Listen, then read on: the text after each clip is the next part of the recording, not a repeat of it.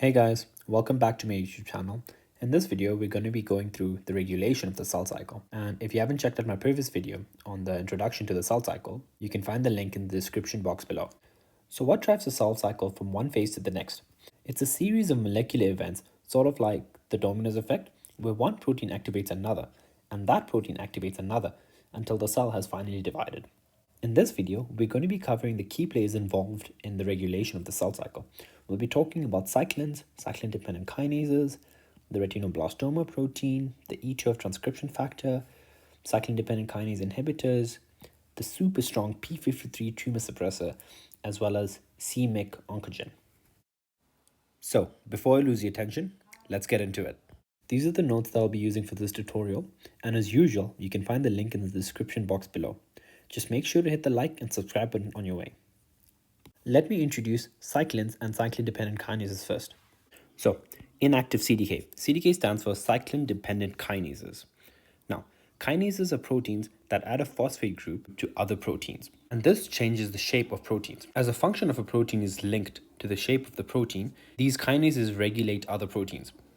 Now, these cyclin-dependent kinases, as the name suggests, are dependent on cyclins, and cyclins are the key proteins that orchestrate the cell cycle. When cyclins bind to cyclin-dependent kinases, they form a cyclin CDK complex, and this is the active kinase.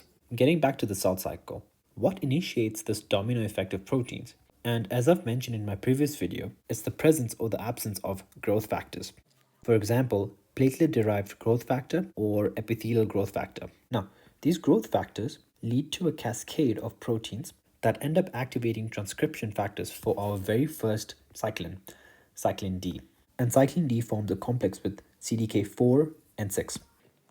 Okay, so this complex phosphorylates an important protein known as the retinoblastoma protein, and the retinoblastoma protein is bound to a transcription factor known as E2F. When our complex phosphorylates retinoblastoma protein, the retinoblastoma protein moves on to a hypophosphorylated state. This state slightly releases E2F, allowing it to do its job as a transcription factor.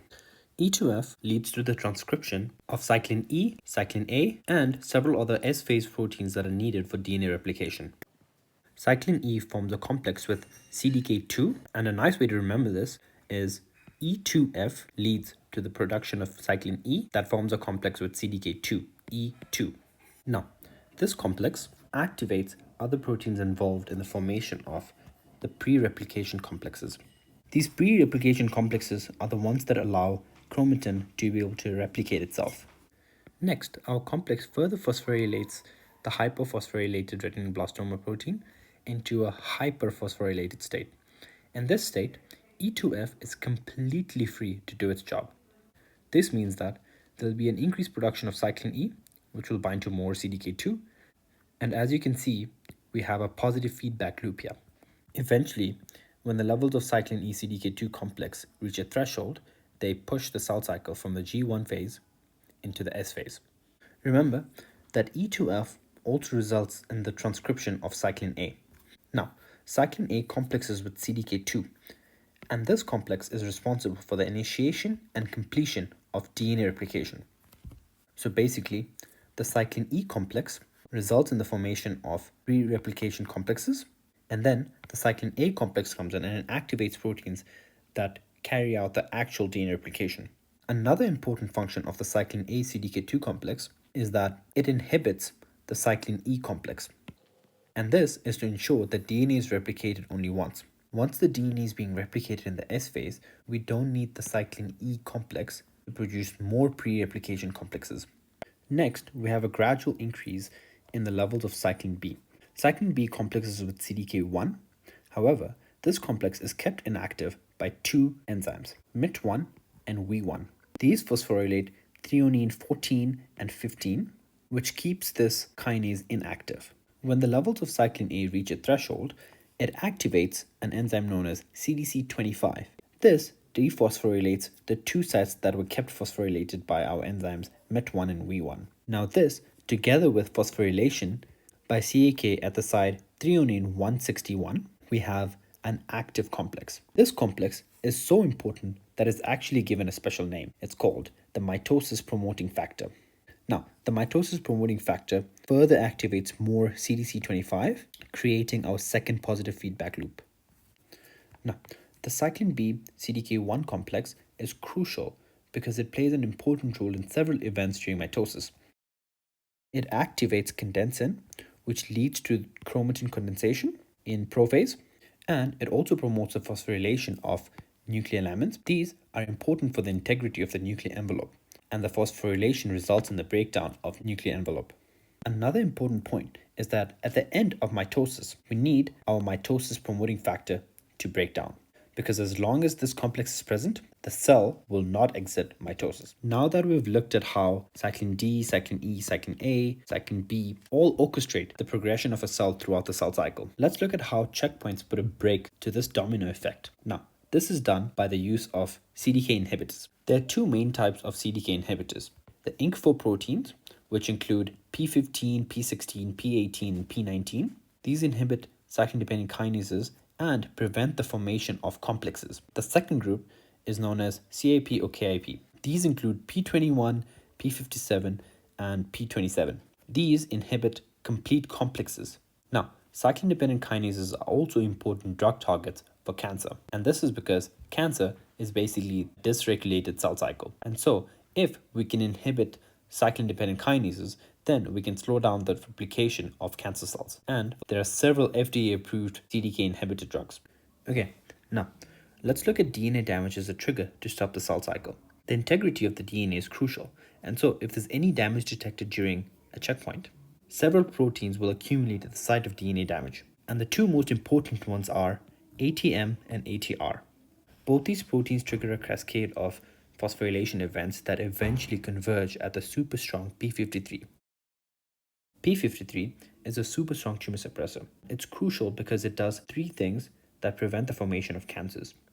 Firstly, it activates the CDK inhibitor P21. P21 inhibits Cyclin D and Cyclin E complexes, which means that it will stop the cell cycle in the G1 phase. Once the cell cycle is stopped, P53 will activate DNA repair genes, which will try and attempt to repair the DNA damage.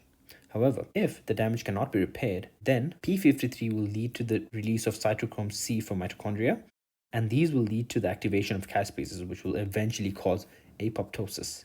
I will be talking about apoptosis in a lot more detail in my next video. Now, let's look at the proto-oncogene C-myc. C-myc is a protein that promotes cell proliferation and can result in cancer if overexpressed, for example in Burkitt lymphoma, where a translocation results in overexpression of C-myc. Overexpression of C-myc has also been observed in several other carcinomas, for example carcinomas of the cervix, colon, breast, lung, and stomach. That's a lot of cancer. So what exactly does C-myc do? First of all, it inhibits P21. Now, if you guys remember, P21 was activated by P53 to stop the cell cycle, and if P21 is inhibited, then Cyclin D, Cyclin E will not be stopped and the cell will progress through the cell cycle, even in the presence of P53.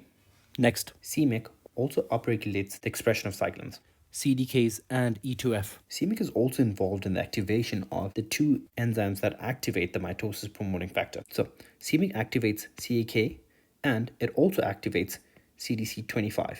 So, let's summarize the whole process. First of all, we need growth factors to come in and increase the expression of Cyclin D. Cyclin D will complex with CDK4 and 6 and lead to an increase in free E2F. E2F will lead to the transcription of Cyclin E and Cyclin A. Our Cyclin E will help form our pre-replication complexes and also lead to more free E2F. The Cyclin A complexes will cause the DNA to replicate and will also inhibit the Cyclin E complexes. Eventually, the Cyclin A complex will activate CDC25, which in turn will activate the mitosis promoting factor or Cyclin B CDK1 complex. Mitosis promoting factor will help the cell go through mitosis, and when it is degraded, the cell will be able to exit mitosis. Okay, before I finish, just a side note, CDK4 and 6 will only bind with Cyclin D. However, CDKs 1 and 2 can bind to any of the cyclins. However, they only have a high affinity for the cyclins that I've mentioned in this video. CDK1 will have a high affinity to Cyclin B. CDK2 will have a high affinity for Cyclins A and E. If you guys find this video useful, make sure you smash the like button or just gently tap it. It's up to you. Also, make sure you share this video with anyone that will find this video useful. Feel free to leave any questions in the comment box below, and make sure you guys subscribe and hit the bell icon so you don't miss out on any future videos. This is the Caffeinated medic signing off.